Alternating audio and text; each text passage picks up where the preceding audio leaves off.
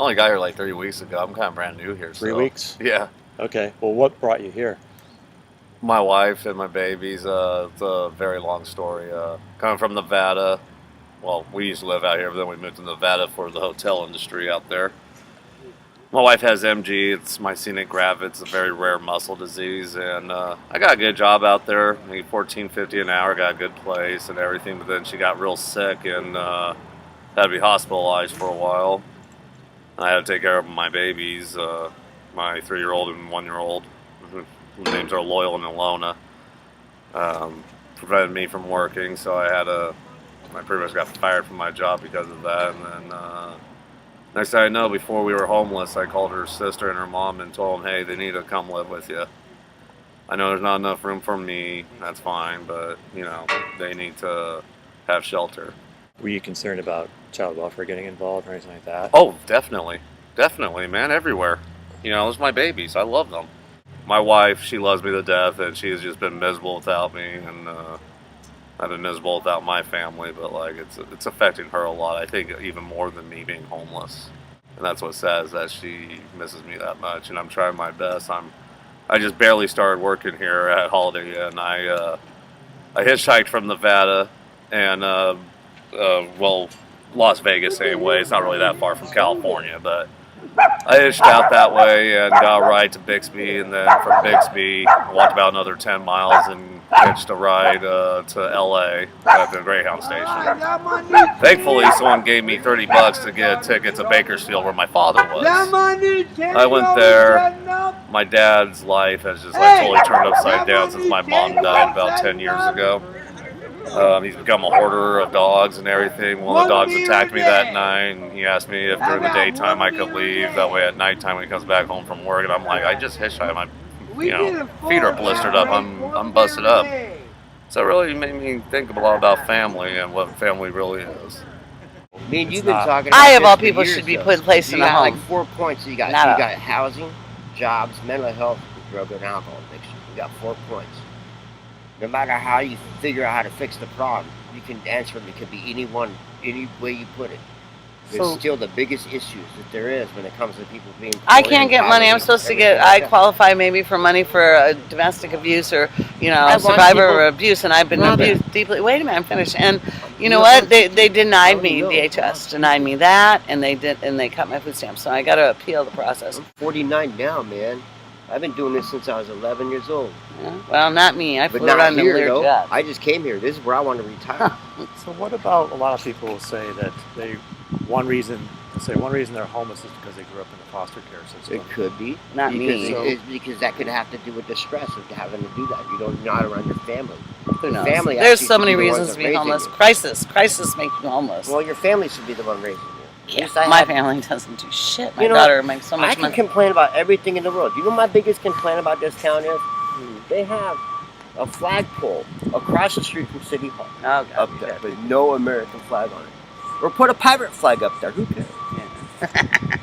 But I walk in and I ask that bank, you know what? My daughter died for this country. So, Chevron did it. They put one up. This is the first year I've ever seen a flag on that flagpole. Since I've been through. You finally got something done there, Chris. Good job. Yeah, but the bank can't do it. But City Hall can put them up. The American Legion can put them up. The Elks Lodge has a flag. So I walked in and I saw the truth. I was like, can I talk to the manager? And everybody looked at me like, ooh. Well, they all know me anyways because I live in the middle of downtown. On the streets, on the sidewalk. They walk by me, all the time. And I walk in, they're like, okay. So they get the manager. She comes out, what do you want, Chris? I'm like, how come you guys got the flagpole on the end of your parking lot, but there's no flag on it? I'm all, City Hall can do it. They can't afford to put a flag on that flagpole. That's disrespectful to people that actually work every day in this country and do everything. We can. What happened to your daughter? She was killed by a drunk driver. She was in the military, yes. She was actually getting ready to deploy overseas. She didn't go overseas. No, she didn't make it there. She was on her way there. She got killed by a drunk driver. I check this out. I'm a father, right? Parents apparently aren't allowed as much benefits as anybody. Children, next to kin after that down, if they're married and stuff like that, they get more benefits because, yeah, of course, they should. I don't disagree with it. But why would any parent have to go through that? And this city, it actually upset me, dude, when I seen that flag pulled down there. Because I got to look at a flag like that, folded up. I still have it. But they can't have enough respect for the people who actually work every day to keep this community going and safe and everything. I don't know if I could trade them out, just swap over like that, because I'm not used to that kind of lifestyle. I'm used to this lifestyle. You know? No, bro. I was born in only childhood. I grew up on the streets. I grew up how I'm living now. So you pretty much don't know. I mean, I've, you know, my family had money, but I was always the black sheep. I mean, I've had money. I've had full-time jobs, my own apartments, lived on my own, raised my own daughter. I mean, I know what it's like. But, when I lost everything, lost both my parents, lost my daughter, lost everything. I'm not ready to go back the other way yet. I mean, I'm going to go work this summer. I'm obviously ready for a change, but just because I'm homeless doesn't mean I have to, you know, be nasty. A shower. To be able to visit my parents because they're deceased. To be able to talk to them. You know, they were always there for me growing up, you know. Now I don't have that. Now I'm on my own. I'm an only child. Pendleton, roundup, cowboy, farming. My feeling is just my parents didn't really want me to stay there, so I couldn't have any resources of shelters. So I just started to walk towards here. Family, define family. Helping family members with their situations or life choices, and if they sponsor you or don't sponsor you. What's that like? It's hard for past history, mistakes of drug use or alcoholism or association with groups. Oh, dude, all the homeless people. When you have a connection with someone and then she's not able to, when you have a connection with someone and then they take that person away from you, that's one of the happiest moments of my life because I understood what I lost. It shows you what you wanted or what you how you would say what you missed. Saddest day of my life.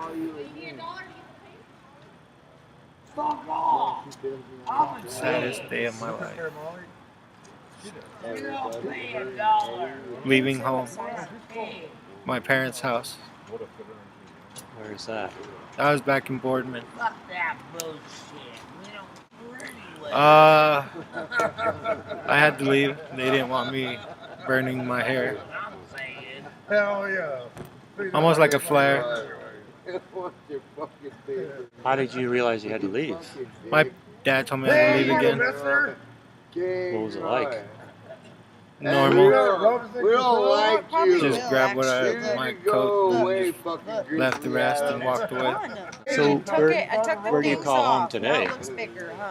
The streets, homeless shelter, wherever I could stay weatherized. I talked to homeboy at work today. Do you have a special message for your family? The afterworld. No, just thank you. That's it. Just thank you for being much supportive as they could of my selfishness. Infinity amount of times Yeah, it keeps happening to you. Yeah. How do you describe that? What is it when you're infinite? Like, What is it when you're infinite? What are you? Forever and ever and ever and ever. You are who you are, infinitely, and it keeps happening to you. See here, this is the infant. Infinity. You see who you are? You see who you are? That's you. You're just gonna keep doing that, man. You're gonna have that damn spirit in you. You're gonna have it. You're gonna have it no matter what the fuck happens to you after you die. It doesn't. You're gonna have that. It's gonna get sunk into something. I don't even think about having to miss my dad. I don't think about that. When it all goes to the end, We all just float back into what we were doing. Right. And we're all doing right. And we have those entities. We have those entities, people that will pop back into our other life. I love my dad so much. I mean, I'm gonna get you to see this somehow. You know, the old hermit, the old fucking biker hermit that can't even damn. I'm gonna get you. I'm gonna figure out how to damn get you to see this at some point. Cause I can't even. I don't even know how to do it either. Yeah, sometimes they get offended. So Sometimes they like it. And so are they. They're just doing it in their own way. That's true. They are. And that is empathy. Yep. Let people do what they want. No matter what, no matter even if you're in a relationship, if you've been hanging out with somebody their whole damn life. Have you ever noticed that every single 80-year marriage, the couple were really religious? So what are you telling me? They just. Can you interpret that? They just got control their whole life. I don't think they knew it was happening. Yeah. Really? Yeah. And that's what that's what happened to my grandparents. They loved each other. God damn, they loved each other. Yeah. God damn, both my grandparents were married for over 78 years. That's amazing. Now, who does that now? And every one of them, like my great grandparents, my great grandparents.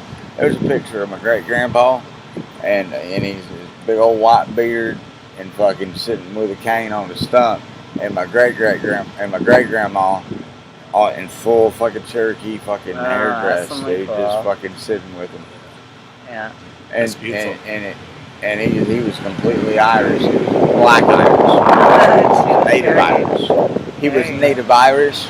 She was native Cherokee, and that was my stuff all the way back for a long time.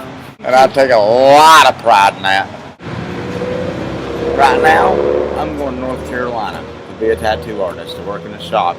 And I'm going to build my house, and I'm going to have myself a little gaggle of kids, and I'm going to build my little 6-side of the house in my pasture I got. It's 86 acres, and I'm going to work on my 4 fucking tribes, and I'm going to have my wife, and I'm going to have my life. On the Okay, outside this it's is how it beautiful, works. But they're If you're respectful to what's in front of you, it'll be respectful back to you.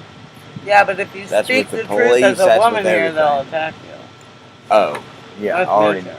I've lived lives that Because I always feel like man, I know every single life I've lived, and it's gonna come, and it's coming right back again, and it's But coming once you right clear back that again, out, and then it you goes get to back stay into alive infinity, forever in a good and then you state. get to stay alive forever. Yep. Couldn't get in. Major felony before I was 18, broke my back, my sternum, my shoulder, had surgery on my bladder, already a felon, no relief now.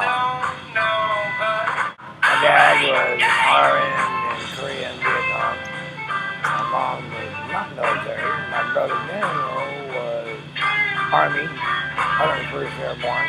My brother Curtis was Special Forces in the SEALs for about 20 years.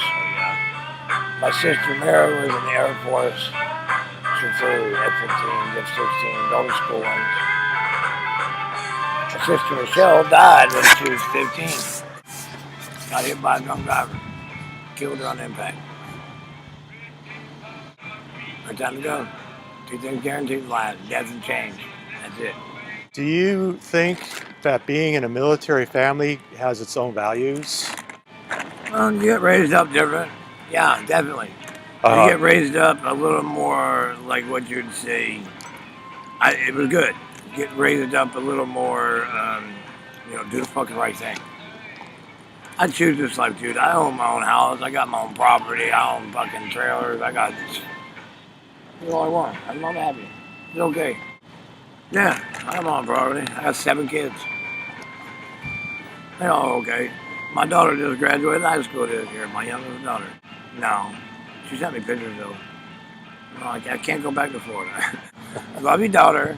I'll buy her a bus ticket if she wants to come see me. I already told her that.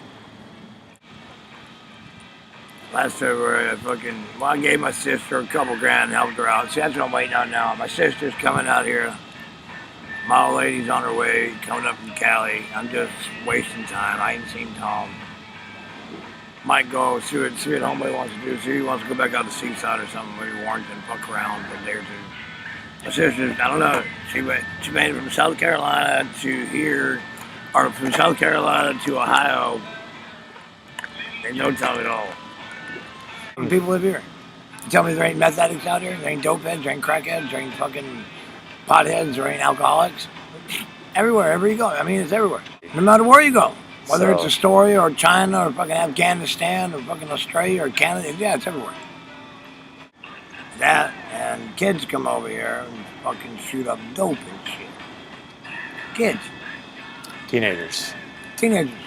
Yeah. I And know. that's what probably most of this is. Gives a tramp like me a bad name.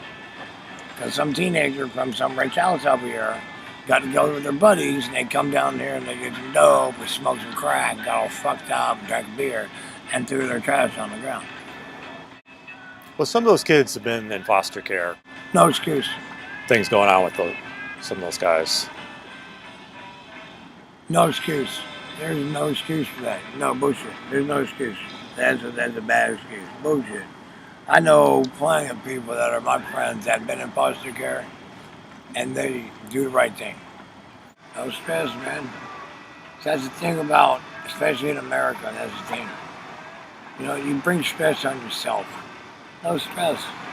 Don't do people bad, don't do bad things, you get just fine. It's pretty simple, man.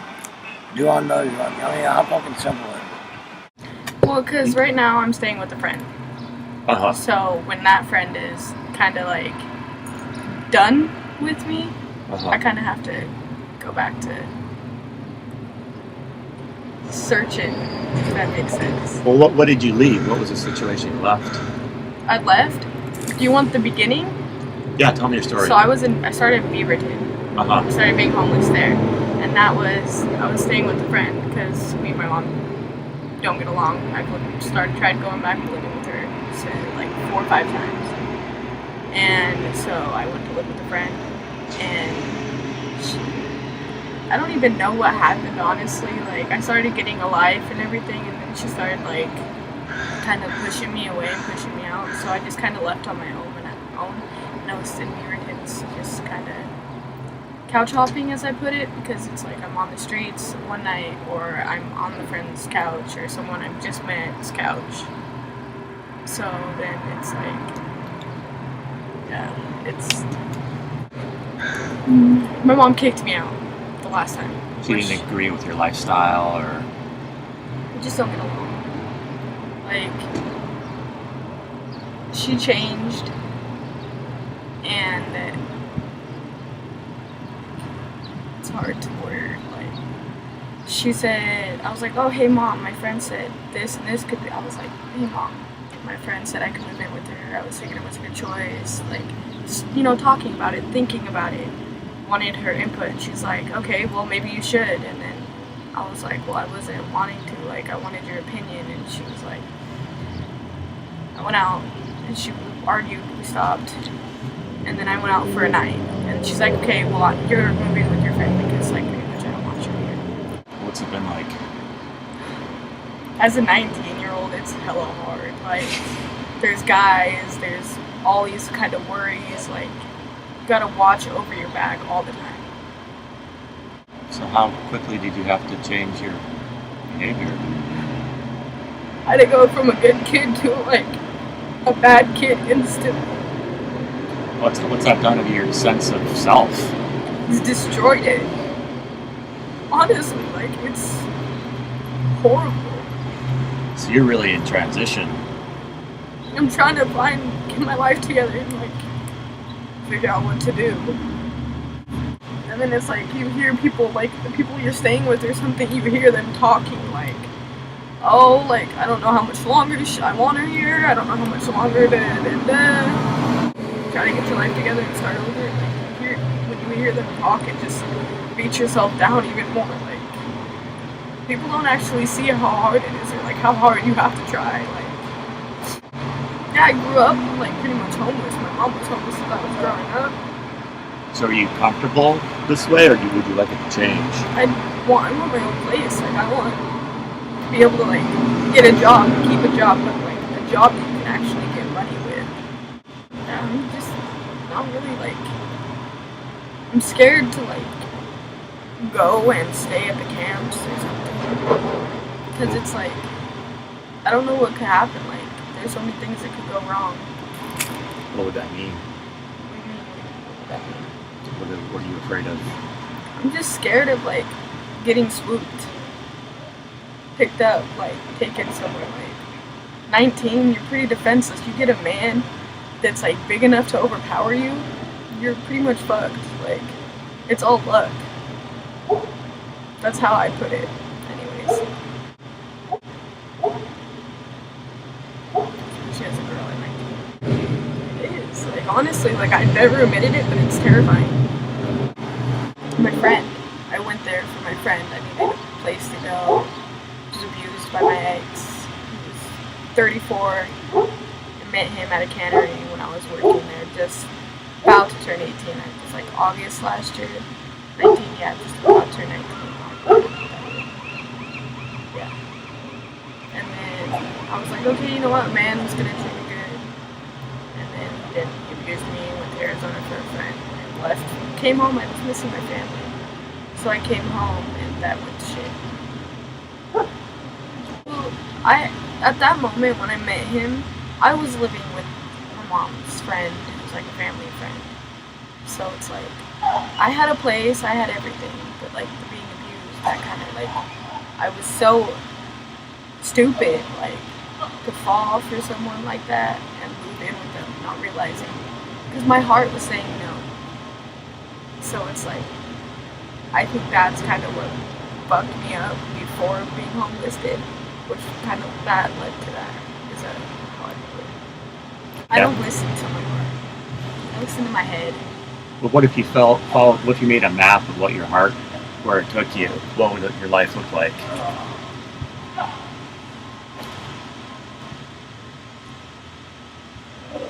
I'd have a horse right now. I'd have a house. I'd have my own place. I'd have a horse. I'd have everything that like I wanted, like for goals and everything. I don't know. Everyone I know that I still talk to from high school, they're not in my situation. They have people that are like willing to help and like I'm just kind of brushed the way I view it. It's everyone else is like, oh, I'm gonna be homeless, da da da da. That's what they post on their stories and whatnot. But in the end, they have their parents to go to still, whereas my mom won't let me. Some people can imagine, some people can't. Some people can be like, oh, they're not doing anything. You know, when I was a kid, like looking and seeing all the homeless people, I'm just like, they don't have to be like that. You know, they don't have to be on the streets. They don't have to be begging for money. But it's like, now that I'm in the situation, it's like a full 360. It's like, damn, was I really that stupid? Was I really like that naive? People just need to open their eyes and like actually read into the situation, not just glance at it and be like, oh, this and that. Well, I think because I mean, looking at me, people are gonna think either I'm not homeless or I am homeless, or I put myself here or I didn't put myself here. But it's like people gotta read into it, they gotta ask, they gotta talk, they gotta be willing to open their minds up. A lot. These homeless people wouldn't be homeless. Me, I wouldn't be the where I am. Like, people need to, like, there's so much people can do, but nobody's willing to change. Yeah, everyone's like family here. it's like having a giant family. I've only been homeless like a couple days or weeks at a time, but it was mostly last year, a little bit this year. Mainly when I was homeless, I usually had someone's couch to sleep on or I had my car to sleep in. I used about every resource I had available. Being a guy, it's not nearly as easy, but I had like 6 months clean time. I only got in stuff for about a year, 2 years ago with my ex, and so I'm working on getting custody of a daughter back, and This place kind of reminds me that a lot of people are allowed to have custody that shouldn't, and I've got over a decade raising babies and still struggling in that. I think it's always a challenge. It's a gender type thing. So what does he really want to do? Work with kids. We've actually been talking about that. Yeah, I got baby 5 on the way. I'm expecting little boy. Yep. I'm almost 16 weeks, so. That's what's really easy for me. That's my talent. Kids, pets, and plants. So I'm good with people. I'm social. I love people. Yeah. I even as a Job Corps student, I'd still come out here and get to know everybody. You know, I had a place to sleep. I wasn't homeless. I mean, if I didn't have Job Corps, I would have been homeless, but I'd still come into town and I'd hang out with everybody because they became like family to me. Yeah, it's weird. Like, they accept you no matter who you are. I bond well with people, and I kind of make lifelong connections. You know, I have kind of been part of the. Didn't have my own place up until a couple months ago. It's Ganawita, right? And Say it again. until then, I hadn't. You know, I had been couch surfing or living with family or Job Corps, but now, you know, I finally am at 23 years old, finally have accomplished something and can say, I mean, I may not have like literally slept outside in the cold or on the ground or under a building or something, but You didn't have an address. I didn't have an address. My car, when I was a senior in high school, I slept in my Ford Taurus that I had in the Winco parking lot in Vancouver, Washington, because I didn't have anywhere to park it that was except for the Winco, because it was 24-hour parking or open 24 hours. I felt like it was wrong, but my family, you know, they gave me the assistance that I needed till I was 18, and then when I turned 18, they were done, and so they booted me, but I don't know, I can't say, you know, it was a bad thing or a good thing, because I wouldn't be where I am today, and I wouldn't have the life experiences. I had and I had family turn their back on me when I changed lifestyles. We both are adopted and we're in foster care for years. Is that how you found My each whole other? life. We had 150 kids go through our house. Because my mom got us taken. My brother stayed with our biological dad, and him and I look almost identical, but we're night and day different personalities. And Good boy, baby girl. you know, I think be it's careful. half genetic, half environment. You know, almost everything is almost. And I think it's almost Nurture split versus 50-50. nature, yeah. I think it's almost split 50-50. Like, I mean, you know, I was adopted by a rich family. My adopted dad's a computer engineer for Nike. My mom was a nurse for 15 years. And I was homeless, even with the, you know, and I lived with them from the time I was 7 until I turned 18. But I'm to the perspective too, after knowing so many foster kids that would run away from our rich house Roy, and go back to the ghetto because of the you want a couple cookies? She gave me the rest, between so super rich take and a couple. super poor. And I was the only white kid on the street when I went back to my biological family. And so I think one of those things I have is able to perceive character. My biological family was, they were tweakers. Both of them. My dad went to prison when I was 4, and my mom couldn't take care of 3 kids on her own. So the state got involved and took us. I was in foster care for 4.5 years before we got adopted. And then... But then again, she has a better relationship with her biological mom, who's here now. My mom lives they here. Talk every 10 minutes. But yeah. her adopted parents are kind of like this, hey. I always have to worry if they're only being nice to me because they want something. It's kind of 50-50. Like, I still don't know if I can fully trust them after the hurtful things that were told to me. But, I mean, yeah, I trust them. I mean, they're my parents. I didn't know if I was forgiven, if I was, you know, back to being his daughter. Yeah, was not very clear to you. No, and it still isn't. I still have never, gotten an apology, but it makes me wonder, am I ever going to get that? And he had this whole thing that, respect is earned, not given, but I had to earn his respect. I wasn't going to be just given respect by him, I had to earn it from him. I was in speech and debate. I don't know if you know what that is. It's like the forensics that they used to have like back in the day. And they put zero money towards that, and that taught me all of the social skills I have now. All of like being on camera, I used to be so afraid of that. That taught me public speaking, like everything like I possibly needed to know, but they would never fund any of that. Like we had to do our own fundraisers, we had to do our own things because all of the funds that they, like our little tiny school got went towards football or like softball or like all the sports. So it's like, it kind of drove me crazy because like the things that actually like mattered and like taught me things that like, because I like softball too, but I was more interested in like the educational like aspects of like speech and debate because we got to travel to different like schools and meet people and speak in front of judges, and like it was so much fun. And I ended up like getting offered to go to the Capitol building here in Oregon in Salem by my principal because like I ended up like exceeding so well in that, and so I ended up speaking on behalf of our school to raise the like educational like the like budget for like all of Oregon pretty much.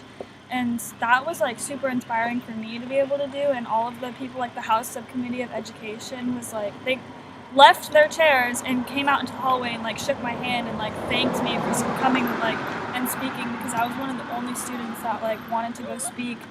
And it was like a really like inspirational experience for me because like they said that like what I had to say actually like mattered to them because like I was in foster care and there was no counselor, there was no funds for a counselor, like no funds for a school nurse, and just like I don't know, it was like they're kind of like idiots about what they spend their money on. Yeah. Like it sucks because like we had old textbooks, we had like old school desks and stuff, but like all of their football equipment was brand new. Yep, every year new equipment. The football field was like it's just kind of like I don't know. Sure. Basically like growing up I've always taught myself to like do the opposite of what everyone else is doing.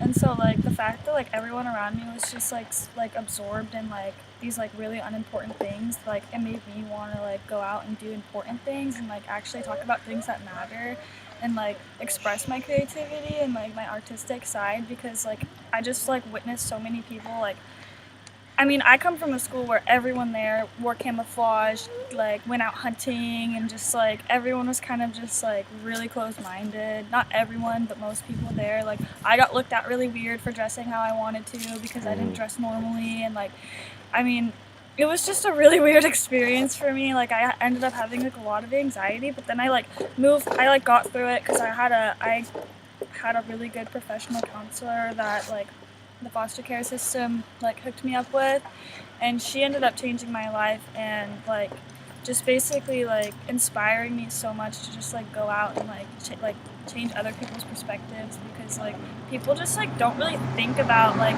what's actually going on and like don't care, and it's really sad. I mean, I had a lot, like 3 different counselors maybe throughout high school because like I moved high schools a lot, and the first one I had, he helped me get through like a lot of like psychological issues that I was dealing with, and then the one that I went to after him, she was just the one who really, really inspired me because she told me about her past and like her like creative like side, and she was an artist and like did all these cool things and like traveled to all these places and like changed a lot of people's lives, and like that inspired me. Like I basically like wanted to be exactly like her, and so like that she was the first person I had ever met that I was like, wow, like I actually want to be like you. But like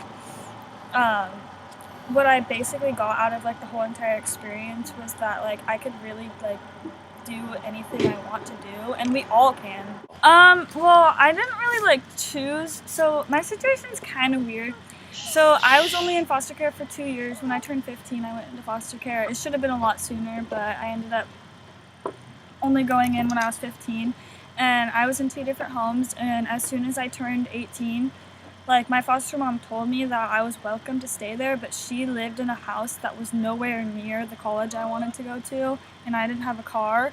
And so I basically like my caseworker in foster care told me that I had to live at the dorms in college and pay for all of that, or else like I don't know. It was just really weird because the only other place I found to live near the campus, they wouldn't let me live because they weren't approved. They weren't like 20. They weren't 21. You know, because you're technically able to stay in the foster care system until you're 21, and you can choose to drop your case like after you turn 18. And I was gonna stay until I was 21 to get all the help that they said they were gonna give me, because they said they were gonna help me with housing and help me with this and that, like food and then like insurance and all of that. And then like as soon as I like told them that I like couldn't afford to live at the dorms and I had somewhere else to stay, they're like, well, that's not gonna work. They're not of age and they're not approved.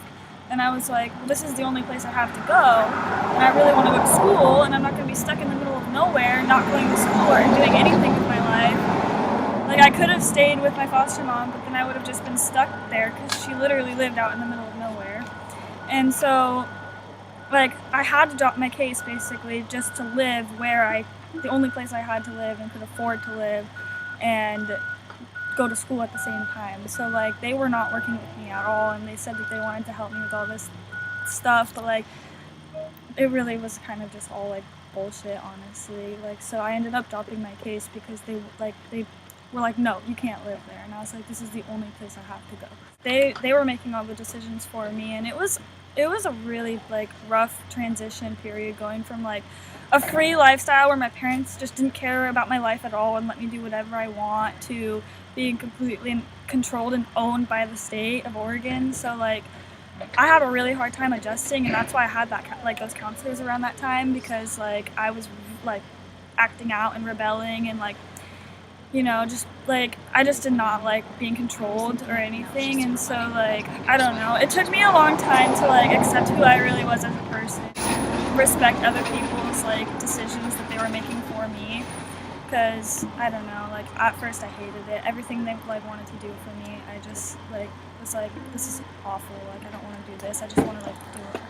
Well, I like to say that foster care was one of the best things that ever happened to me, because it took me away from a really bad situation, and I was sick of like couch living, and like because my parents were like terrible people. They were on a lot of drugs, and like I was just constantly surrounded by like violence and, you know, abuse and drugs. So I chose to go into foster care. That was my decision, like to report my parents and tell them like I'm sick of living with my friends, because my friends keep like kicking me out and just like all of this stuff, and it was all just like kind of just like this constant, like it was like a big tornado, honestly. So yeah, so I don't know, it's just like the foster care system controls your life, and so like they put him through such hell having me there, because like I was homeless and he wanted to help me out of a bad situation, and he's a good person, the foster parent I'm talking about. And so like they basically like said that because I didn't get a background check and didn't get approved to move in before, then they were going to take away his certification. And so he worked super hard to be a foster parent and wants to like stay a foster parent for when his kids move out. He can like still help out other kids because he's a really nice person, but like they're threatening to take all of that away from him just for helping me out. My recent episode of homelessness? Well, I've been homeless on and off since I was 14, so I mean, some of it is my choice, some of it situational, like, you know, getting kicked out, getting evicted,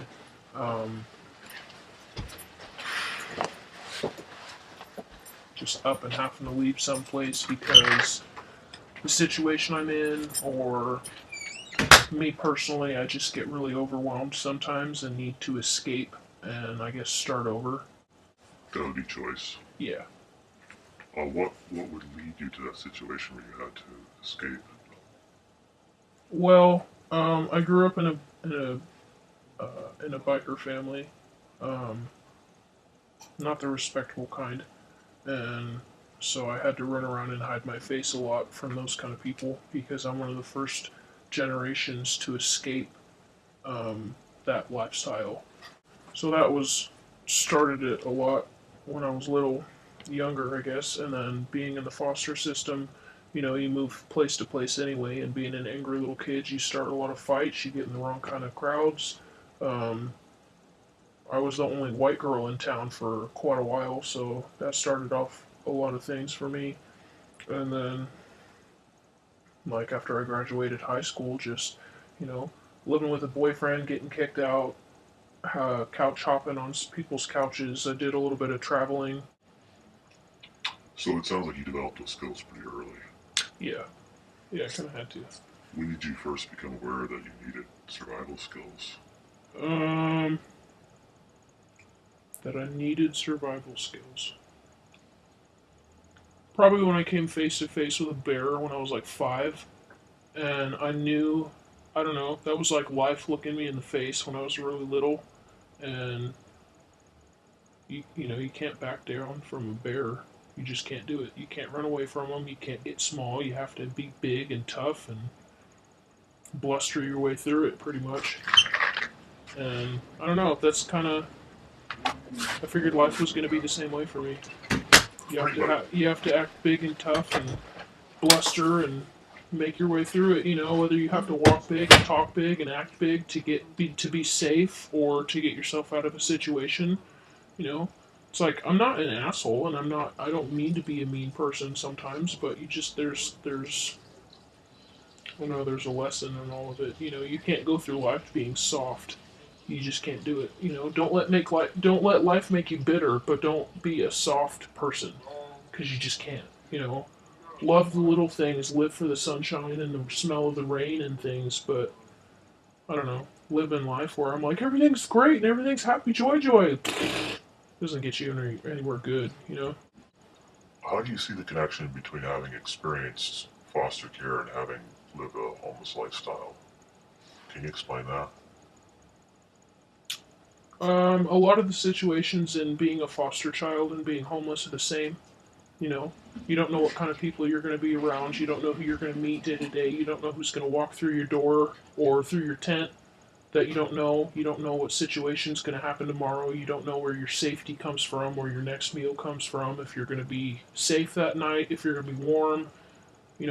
All one of the only differences between being homeless and being in foster care is you get the option to sometimes when you're homeless you get that option to go off and go to your own little area away from people where you can make your own little safety. And with foster, being in a foster system, you don't have that. You can't. I was never close with any of my foster siblings except for 2 of them. But I didn't, they weren't my safety nets. There was not a safety unit within that. It was just, you are foster, I'm a foster, we're in the same house, so we do what we can to protect each other, but it's not, like, you can't rely on anybody but yourself. You didn't have the opportunity to develop that? No. You had to make placements? Yeah. For me, it started off my mom fostered. So a lot of it was I stayed with my mom while foster kids came in and out of my house where I was living. But then when I was like, they tried to place me somewhere when I was in 2nd grade, and that didn't go through. That's where I remember that interview with that weird doctor/nurse person. That didn't go through, and when I was older, I was like 12 or 13, that's when I bounced around from a couple different places. I was in foster care for 4 years, and then I went back to live with my mom, and then something happened with that, so then I went to live with my dad, because he finally decided to be like, yeah, she's mine, I'll take her.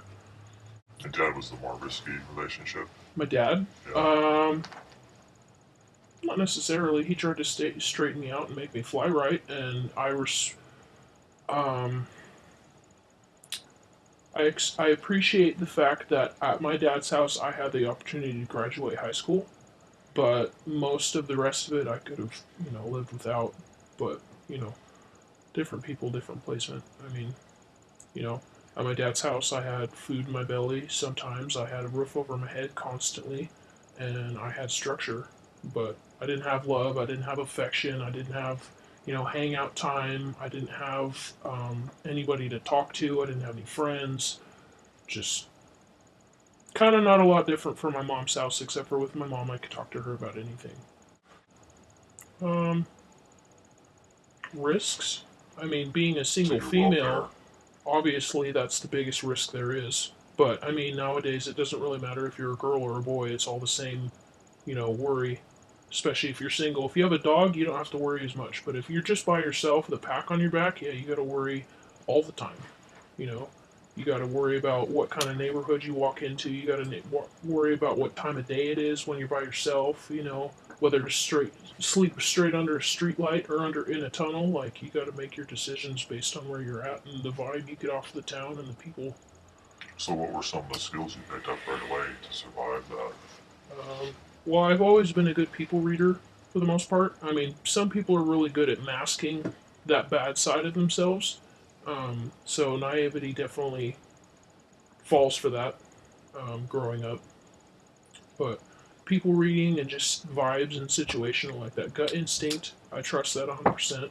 I don't ever go against my gut feeling, or at least I try really hard not to. Yeah, the biker family they had the clubhouse, and it's where all the men would meet. Um, and I was never supposed to go in there. I was never supposed to be at that house, and I went in there anyway one day because I got brought there for some reason. I was supposed to stay in the car, and I went in there, and I found out. That's when I found out what happens to women in a biker family. What actually happens, and the going-ons that little kids aren't supposed to know about. So you're saying you witnessed it? Yeah. Yeah, I walked into something I'll never forget in my life. And I don't know, part of me was drawn into that house, like I knew something was happening, but my gut was like, stay in the car, stay in the car, stay in the car, stay in the car, because it's dangerous. How's that affected your outlook on other human beings? I don't like people. Most of the time. I could care less about people. In a general, people person to person, I care about more than just the general population. Like, people are like, oh, 1,000 people could die tomorrow, and I'm like, I don't care. I don't know, I get attached to some people, I care about certain people, but for the most part, I stay to myself, I don't mess with anybody, I don't talk to a lot of people, I just don't involve myself with other people. Safety, it's mostly how people approach me, you know, whether or not they're sober. I don't know, some people just, they have that weird vibe that you have to see them once or twice to really see if it's really the vibe, or if I had smoked a little bit of weed right before I met them, so I was in a different place. So them coming in like running really fast just threw me off. I don't know. Um, yeah, the way that I'm approached and the way that that person makes me feel. That's how I feel comfortable. Yeah, exactly. Just tell the story. Don't get too. I try not to get lost in it because I haven't told my story to anybody really. Oh yeah. Not really. Is there something you feel needs to be said that would kind of summarize it for you, for your sake of your own well-being? Happiness. That's one of the things I live for. It's one of the major drives that I have, because giving other people joy or making somebody else laugh. That's one of the only reasons I like to be around other people. Because growing up alone a lot, or around people that you don't connect with, having to keep yourself safe, trying to keep other people safe, and realizing it just doesn't do any good. um, like, going through life, I can't rely on anybody but myself, and I live for the happiness that I want to have someday, and the little things. So, like the way the rain smells, seeing somebody smile, hearing a little girl or a boy, hearing a child giggle, like little things like that. That's what I live for. Because if I focus on, if I live in the past, I don't move forward. But if I forget the past, I stay stuck in the same spot. I try not ever to get comfortable. Like, the saying, take shoes off, stay a while. I'm not like that. I'm always got my shoes on ready to go. Usually. Like, well, the foster system? Yeah. They tear families apart. And they always seem to go for the person that has more people on their side. So, like, a terrible mother with a family to back her up gets the child versus the single dad who's got a heart of gold but no family. It's like they look at a full house and see more security and happiness in that. Um, Even if there's like under the radar drug use or bad parenting or.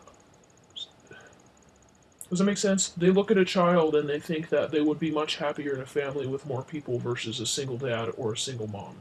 Because that's not family. There's not a whole picture there. There's absolutely no definition of family. It's all, people can be people born to you, or people can be, family can be people you adopt into your life, or that adopt you into their life. You don't get to, I don't know. I think that's one of the most unfair things, is even as a child gets older, they don't have that option to pick and choose. Like, my dad used to get me every other weekend. I made that decision, I don't want to go anymore. They tried to come in and be like, you can't make that decision, you're not old enough, your dad's putting his foot down, you have to go see him anyway. And I said, screw that. Like, I'm not going to do that. I'll run away if you make me go see my dad. I'm not going to. I don't know. I don't know much people. I don't really talk to a whole lot of people unless I know them. What does it take to get accepted? For me, personally, it was I'll watch your back, you watch mine type deal. Like, if I need something, you got it. If you got it, like the other day, my friend Zippy, he got me 2 Mountain Dews yesterday. I'm out of food stamps now, pretty much. And that's all I drink is Mountain Dew. I don't drink beer. I don't drink coffee. I hardly drink alcohol. Except for weed, yeah. Yeah. I don't do drugs. I don't like meth. Never done heroin, but I don't want to do heroin either. Some things you don't have to do. It's pointless.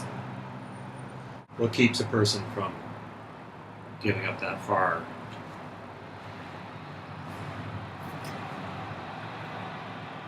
For me, honestly, absolutely nothing.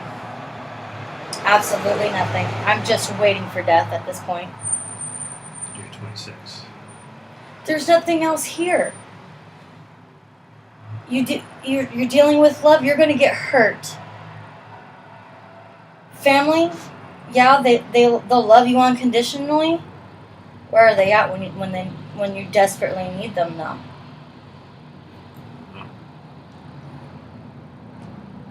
Your friends in general, people will turn their back on you in a minute. I find there's no point for anything anymore. There's no point in family, because wherever the hell they are. There's no point in friends, because they're just going to stab you in the back no matter what. There's no point in love, because you're always going to get hurt. I don't get up for anything every day. Every single day I sit wherever the hell I want to sit and just be bored all day. Wait for a check. So that way I can survive.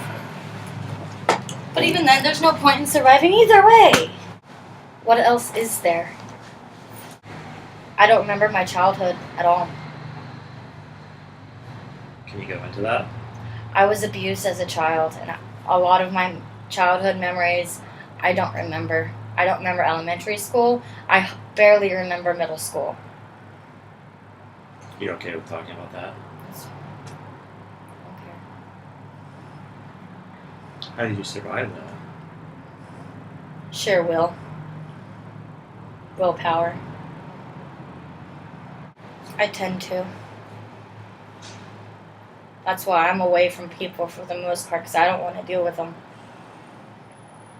I'm the type of person that absorbs vibes and energies from other people and soak all of that until I'm able to get rid of it. And without giving it to everybody else, giving it back. Have you ever thought of that as a talent? I know it's a talent, but I don't want to deal with everybody, so I don't deal with it. You get overloaded really easily. Yes, I do. that feeling deeper is a hard one for me. I get too attached too easily. I fall in love too fast, too hard, and then I have a hard time letting go. So what is it you want when you fall in love? I really don't know. I haven't figured that out yet. I know I don't want to be by myself all the time. I like to have someone else's presence there, just to be there. Don't have to talk. You don't have to do anything. Just to be there. And it's hard to find people like that. Believe me, it is. What are your beliefs about family? I really don't know anymore. I mean, my mom lives in Warrenton, but it doesn't seem like she's ever around. When I moved up here, it was like she was never around. She was always working. Every time she got really stressed, she went to work. Did you ever talk to her about that? Mom and I don't talk about shit like that. My mom and I are way too much alike, so we have our arguments. What happens when you guys get together? Usually we have a pretty good time, because I know what she wants and she knows what I want. There are some things I can't stand, because she absorbs energy just like as much as I do, if not more. So you can get ramped up too easily. Yeah. Okay. And whatever energy she picks up, that the elders that she's with and the clients that she's with from work, she picks up on that. When I go there, I pick up on all of that too, plus the animals. It's the energy. There's some people that I can't deal with. I just can't. What would be family?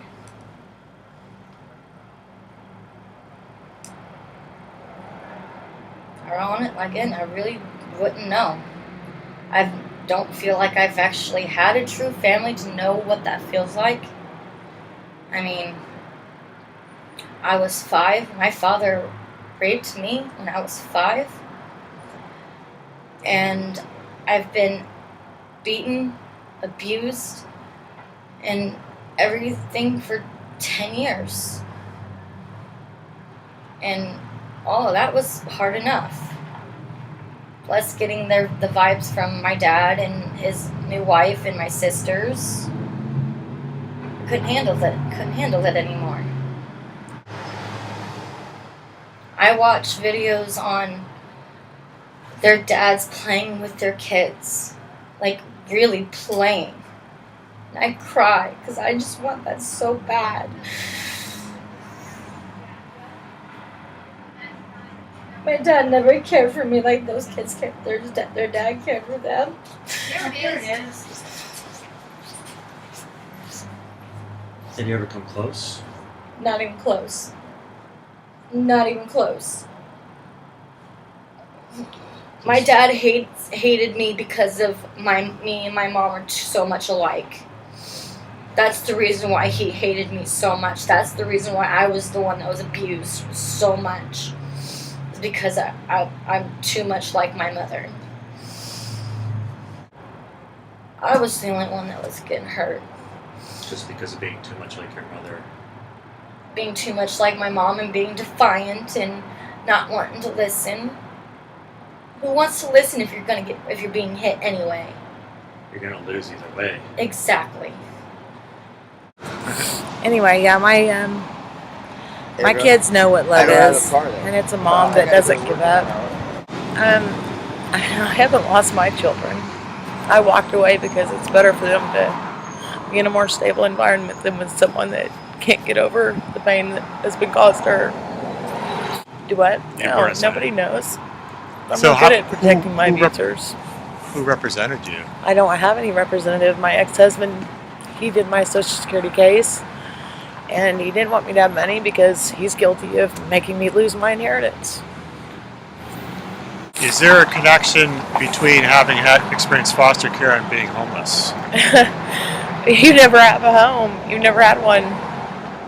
A person is a home. The person that's keeping you safe at the moment, that's your home. Home doesn't have a zip code. That's my home, because that's who I can count on. So you've always... Foster care, that was my grandpa's. That was supposed to be my home. My home was never safe, so what's the streets? There's more friends on the street. They'll feed you. They'll give you a cigarette. They'll give you a hug. They care. Your own family, they don't give a fuck. It's what have you done for me lately, and are you willing to suck my dick? No, I'm not. I'm worth more than that. My sister, she had these neighbors, and they had lost their kids to DHS for drug use and violence in the home. So years later, she's neighbors with these people. My sister develops a drug problem, right? She's not looking real good. And my nephew starts showing up late to school a couple times, and they come to the house and they say, well, we'll just babysit him until you get clean for a couple days.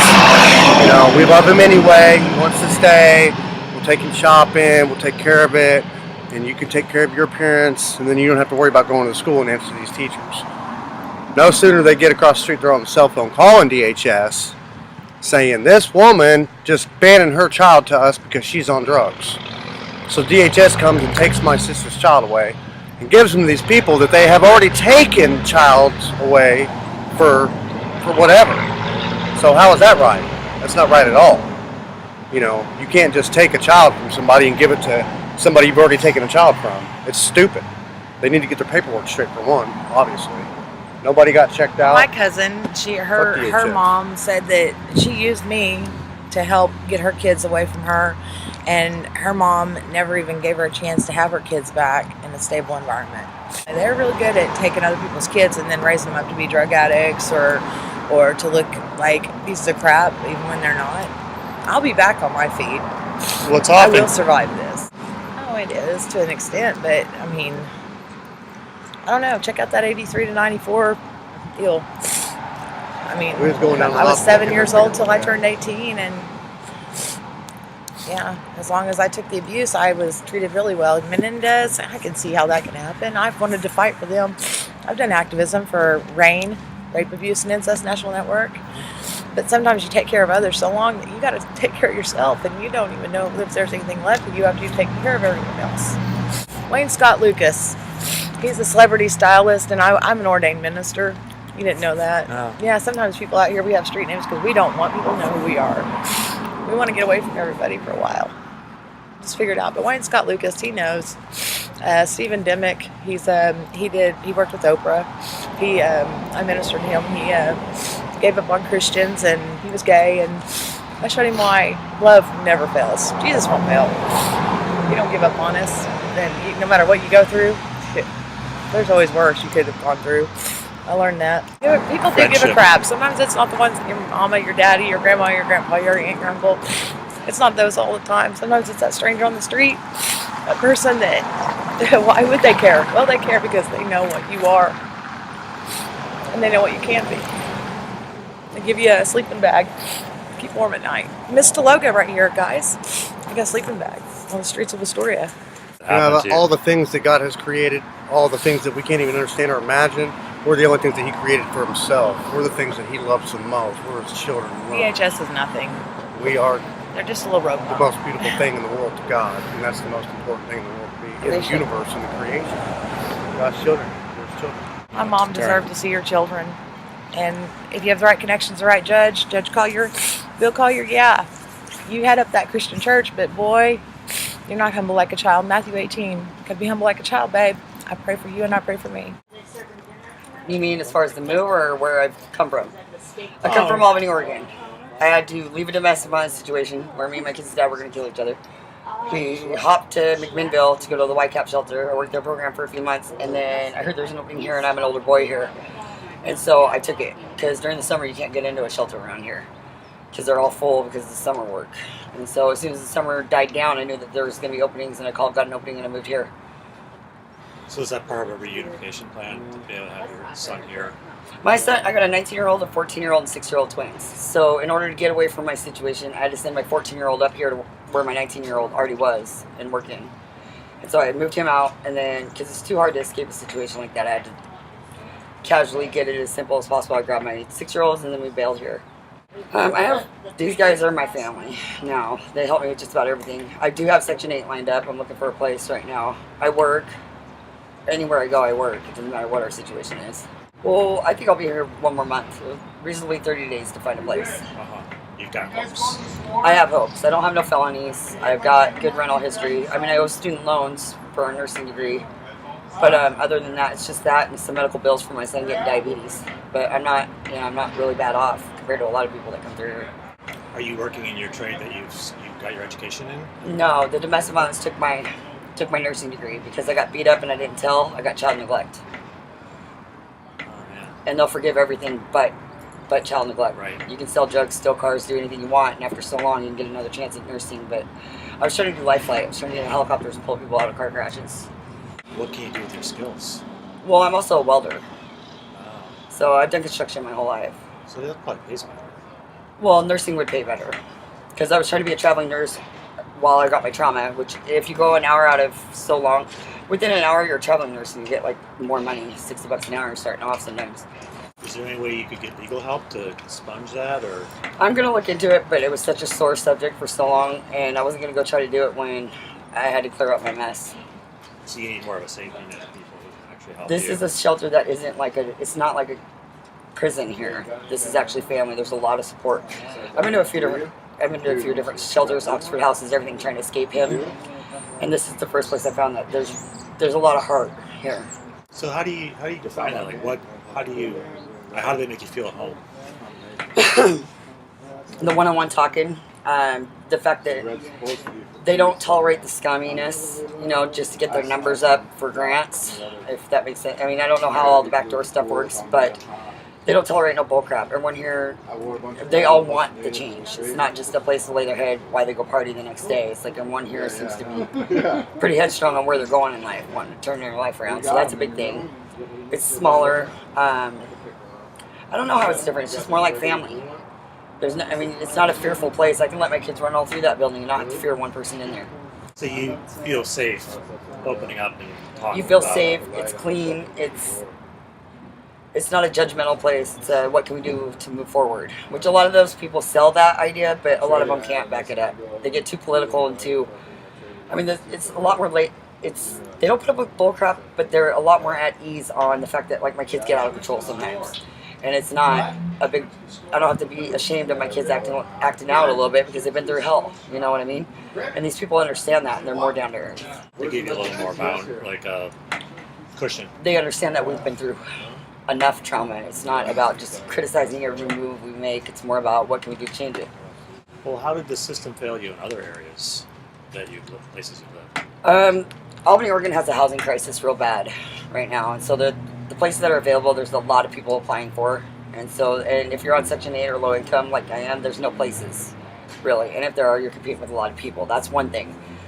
Another big one is Oxford houses holding rooms for single people, and the fact that I won't give up my kid. Like a lot of the shelters are like, oh well, we have room for a single person or 3 single people, but we can't move a family. That was a big one, is that why can't you just make those 3 single beds a family bed? You know what I mean? And that was the biggest one, is everyone trying to separate me from my kids. I'm like, I got a truck. I'll throw a mattress in the back. My kids aren't going nowhere. So they promised you that here you'll be Yeah, able to... well, I was in the day room for a minute over at the old shelter because we just moved in here, but they've never once asked me to separate from my kids. They've made accommodations. They've thrown mattresses on the floor. Whatever we had to do to shift people around, they made it happen. I've actually helped open treatment centers and stuff like that, but that's not what I'm doing. I've got 4 kids. I've got a full plate. I'll be back and forth as needed. I'll be there for people, but it's not going to be. I don't like that whole professionalism of it. I'm just more like, and I don't want to be paid or make a lifestyle out of it. Right now, I'm just working at Bebop's Burgers. I've only been here for 3 weeks in town, so I just took a job at Bebop's Burgers in Seaside for right now. I'd like to go to Carpenters Union in Portland, but until I find a place, I'm not going to take on those kind of jobs. And the childcare situation around this area is pretty slim. Like, they don't have any weekend childcare that's available. They don't have anything after 6 within 30 miles. That's a big issue for when moms are in programs like this. And I can't just bring people to my home to babysit my kids, pay like the little neighbor girl or something because they can't come into a shelter. Yeah, so you got to balance childcare with money. It's like, and there comes a point when you're paying babysitters, you're not making any money, you know? You just gotta, by the grace of God, Susie read something the other day. It's not about the long picture. It's about just what's your next step, and just keep plugging forward. You know. You can't future trip, otherwise you'll wind up. I mean, you know where you want to be, but at the same time, it's like if you constantly future trip and you miss the trip. You know what I mean? Gotta stop, take a look around, see what you got, what your blessings are. I was never in the foster system, but I lost my kids for 2 years because of getting beat up by him. Here's the funny part. You want to hear this? They took away every way I could make money for myself. They wouldn't let me work because I had to take classes throughout the week, all scattered, not all in the day or in the night, which prevented me from working for 2 years. Because if I didn't take their classes, they wouldn't let me transfer my kids out of that town, which kept me trapped in that town with the same cycle that's trying to beat me up every day. And I finally graduated all the class. I finally got permission when they were about ready to terminate me to move to Washington from Oregon. I moved away, had an apartment, had my older sons, had a job, had everything going. Still made it back every single weekend for my visit, and I'd work graveyard shift 2 days in a row without sleep to go there. I'd work my shift in Longview. I'd drive up to Albany. I would do my visits and all my classes, and then I'd drive back and go back to graveyard shift. And doing all that, they finally released my kids. I was getting them back, and they screwed up the cross state lines thing. And they go, okay, well, we messed up. Why don't you just come grab your kids? Move into Albany real quick. I came in for a month, and one worker after another quit, so I ended up stuck for another year because of their... If I told you my story with DHS, they do more damage than good. And they're trying to change that, I understand. Well, after, what, 1.7 million in lawsuits in the last year through Portland, and starving kids, and, I mean, I do my homework. They're failing federally. Here's the thing is that they'll keep our kids if we miss a class. They'll extend how long they keep our kids. But they can be failed on a federal level, not even meet their own guidelines or regulations, but there is no charge for it. Like, they have the laws of what, or the regulations of what they expect out of DHS, but there is no repercussion for when they fail or come up short. And all that stuff is being passed in bills as we speak, but who knows how long it's going to be. They keep us sick. Oh, I flat out told the judge, I said, look, I said, how are you showing your stability? I said, you guys want me to show stability, but you won't let me work. I said, I believe I'm paying your phone bill. I'm paying your phone bill. I said, right now I'm stuck in these classes. I said, just stop with the stupid classes. Put them all at night or all during the day so I can get a full-time job. You don't. You either make it or you get your kids taken and you go psycho. And that amounts for a lot of people that walk around with their backpacks just miserable, hating the world. They create monsters and lost people. You know, where in my situation they should have said, hey, look, here's your option. Grab your kids and go. Go to this place, we'll help you. You know, I was getting beaten down on a daily basis. I was scared. He was putting GPS on my truck. I throw my phone in my friend's car trying to escape this guy. He ran me down with a tow truck. And when he's a snitch, you know, because anytime he'd get in trouble or I call the cops, you know, he'd go get booked and then he'd get released. Nobody just gets booked and released for choking a woman. When you're looking at 3 felonies and then you get released the next day, you tell me what's going on. Because the DA's office is frequently just sitting on cases and nothing happens. But yet I get punched and don't tell and I lose my nursing degree. Can't coach kids in sports anymore. I was welded all day, went to nursing school at night. Still coached year-round sports. Had half the police force's kids on my baseball team and I lost everything.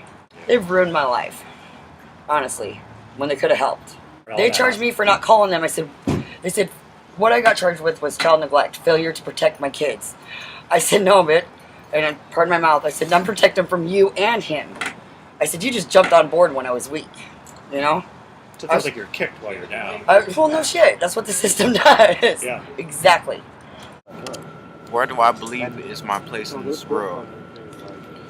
I believe my place in this world is to change the world and make sure that, you know, everybody should open their eyes to knowledge, and, you know, that's how it's going to change is, you know, like I said, is making sure you learn from the past to the future, because how everything repeats itself over and over again is because nobody wants to break that cycle. Nobody wants to break that mentally, physically, and emotionally cycle, not from history, not from the future, and it's so hard for somebody to, you know, like I said, it might take me being 90 to even accomplish this. But, you know, at the same time is, you know, there's so many individual people and certain few what are chosen to understand the knowledge and understand how to change the world. You know, a lot of people who try to change the world usually died or even died at old age to change the world, and a lot of people don't want to believe that type of stuff. So, you know, well, there's usually a consequence. Yeah. But you know where I think my place in the world is? I like your questioning. I like your line of questioning, Roger. I think my place in the world is with my mamas, my families, my dog, and my 2 children. That's it. Give a fuck less about the rest. It's just my own and my family and the people that look after me. That's it. Like, it's almost like a feudal mindset, I guess. Feudalism mindset. Oh, sorry, man. Bro, we look after each other. I mean, in the warming center, where we go, we look after each other. And that's how it should be. I mean, everybody that stays at the warming center should look after one another, because we're a family. I'm just saying. Well, keep speaking. Go ahead. It ain't totally all. Like, I'm not looking just out for myself. I'm looking out for other people too.